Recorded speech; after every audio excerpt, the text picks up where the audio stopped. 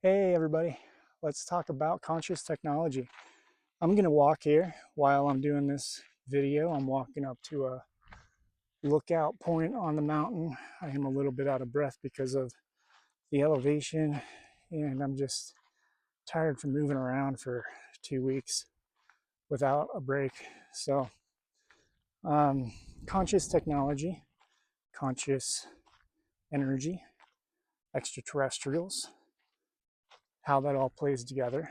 My friend Bailey did a beautiful video about how her guides and beings around her have explained technologies to her, and I have experience to back it up.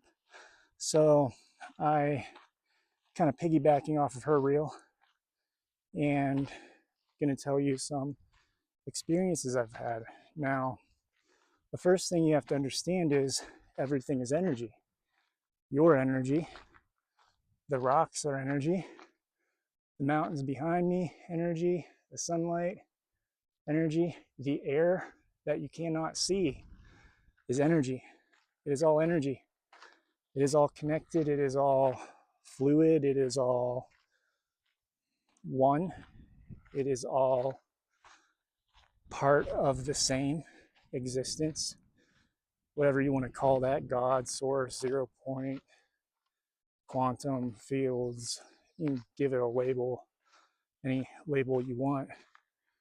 But the key to understanding this is that everything is energy, everything is connected. And that means that when we connect energetically through our conscious capabilities, we are able to connect to other beings telepathically. Now, a lot of you know this, a lot of you are able to do it and have experienced it. Where, take a look at, I don't, videos never really do it justice, but I'll try to show you some videos as we're talking here of the mountains. Um, Everything is connected. Some of you have done that type of thing before. Talk to your spirit guides, talk to ETs on other planets, talk to Sasquatch, of which there are some around here, talk to faeries. However you're communicating is part of that oneness, that ability to just connect with energy, right? To focus your energy, feel the frequency that something exists at, focus on where it's at, and communicate with it. Now, think about this for a second. If we can do that with beings, if I can be here and I can talk to Fred the Tortugan on another planet, or I can talk to radio on his ship, or I can talk to my Arcturian friends on their ships, or I can talk to ETs who have bases underneath the earth, in the crust, or underneath cities. If I can talk, yeah, some of the, okay, why did I get distracted? Juicy thing, pick that up. If we can talk to them telepathically and through that connection of oneness, then why can't we do that with technology? Well, it's not a question of why, it's kind of rhetorical, because we can. We can talk to rocks, we can talk to the spirit of the earth, we can talk to other beings, we can talk to anything we make. We can talk to chairs, we can talk to books. Everything has an energy signature to it.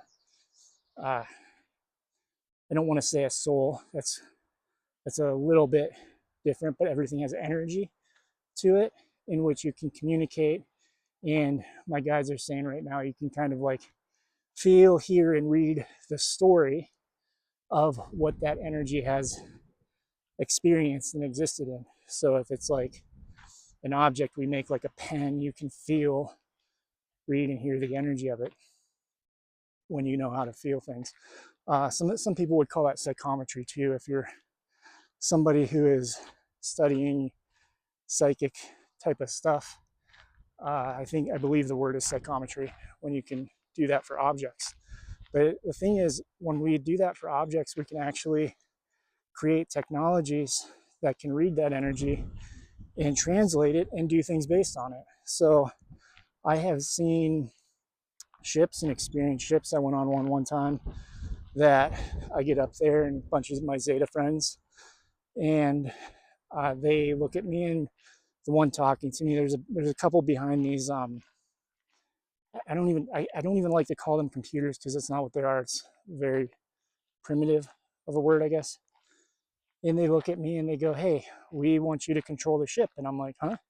They're like, "We want you to control it." And I'm like, "I don't know how to drive a ship. What are you talking about?" Like, you ever you ever play those video games with airplanes? Yeah, I can take off. I cannot land that thing. I can fly. I can do loop-de-loops, stall the engine, crash and burn. But a UFO, no, an ET spaceship, yeah, no, that's not happening. So they tell me, no, you can. And they show me some stuff on the screen, and they were like, "We're going to go here, but we want you to do it. Like, you can see it through the viewport, the thing, the screen, the window they're looking out, whatever it is."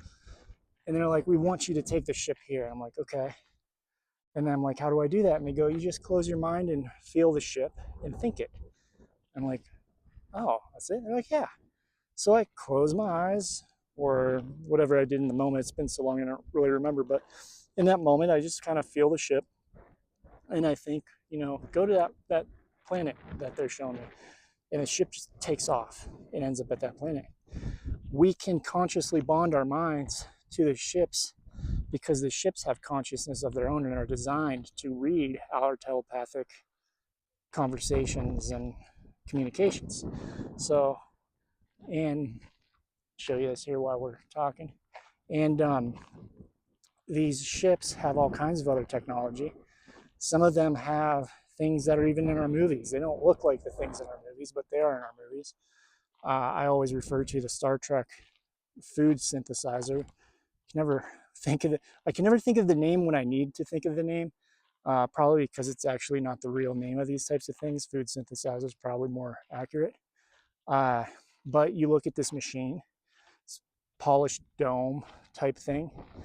You look at it on the ships, and for those who need physical food, all you do is think about what you want. So if I think of an apple, boom, it spits out an apple on a conveyor belt. If I think of a hamburger, spaghetti, anything I want, it'll spit it out on the conveyor belt. That way, the ships are able to provide for a vast variety of beings and their nutritional and energetic needs, whether they are lower density or higher density. And so these machines are able to just synthesize it based off of taking energy and transforming it. That's it. You just transform energy into these things, and it becomes that which you need it to be. What else? I've seen conscious machines. So machines that are, I've seen, now some people would use the term like robots. I don't really like that. It's not accurate, and they would also say it's not accurate. They are machines. They are non-organic. They are life forms, though. They were built. They have a soul. They have energy bound to them, the soul that wanted to experience a mechanical life. And they are conscious. They are able to control the energy of the machine suit, so to speak. And I've seen computers. I've seen these, I don't even know what you would call them, like half being, half computer things that are like, you go up to kind of like going up to a futuristic workstation, and it's fixed. It's a machine, but it's also conscious energy that can work with you and talk to you and that sort of thing, but it can't like leave its space. So there's all kinds of stuff out there because everything is energy. That's what it comes down to. Everything is energy. So we have this perception of separation between the operator and the machine, but in actuality, the future is inseparable. It's unity with our technology, unity with the energy that we think and make machines operate. So hopefully that gives you some insight. Love you all. Grateful for each and every one of you.